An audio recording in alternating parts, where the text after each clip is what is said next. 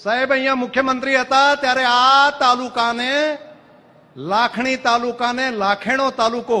એમ કરીને એમણે નવો તાલુકા તરીકેની રચના મોદી સાહેબે આપી હતી અને હમણાં થોડા જ સમય પહેલા એક નવો જિલ્લો અહીંયા આગળ આપ્યો છે વાવ થરાદ જિલ્લાની ભેટ પણ માન્ય પ્રધાનમંત્રી સાહેબે માન્ય મુખ્યમંત્રી સાહેબને કહીને આપણને આપી છે એના માટે પણ એમનો આભાર માનવો પડે અને એટલું જ નહીં સાથે સાથે રા તાલુકો ધરણીધર તાલુકો ઓગડ તાલુકો સહિત નવું વહીવટી સરળતા રહે એ માટેની પણ ઘણી ભેટ આપી છે એટલે પણ આપણે આભાર માનવાનો અને બીજું તમે દુઃખના દિવસો આપણે બધાએ જોયા છે દુષ્કાળની અંદર અહીંથી માઇગ્રેશન કરીને હિજરત કરીને બહાર કમાવા માટે આપણે જવું પડતું હતું આ ધરતીના સપૂત મોદી સાહેબ મુખ્યમંત્રી બન્યા નર્મદાનું પાણી આ ધરતી ઉપર પહોંચે અને અહીંથી ઘર પરિવારને છોડી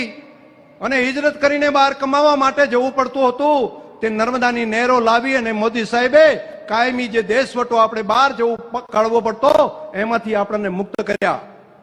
એટલું જ નહીં જ્યાં નર્મદાની નહેરો નથી ત્યાં સુજલમ સુફલમ નામની નવી નહેર બનાવી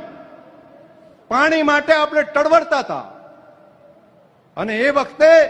કેટલાય લોકોએ વિરોધ કર્યો હતો કે આ સુજલમ સુફલમની અંદર પાણી નહીં આવે આંદોલન ચાલતા હતા પરંતુ આપણા ઉપર જે દુષ્કાળના ઘા વાગવાના હતા એ એમણે છાતી ઉપર ઝીલી અને આપણી ધરતી ઉપર સુજલમ સુફલમની કેનાલ કરી અને સુજલમ સુફલમ કેનાલના કારણે આ વિસ્તારની ધરતીનું પાણી બિલકુલ નીચે જતું રહ્યું હતું એને ફરી પાછું ઉપર લાવવાનું કર્યું અને બધાની હાજરીમાં આજે મારે કહેવું છે કે સાહેબ અહીંયા પાણી માટે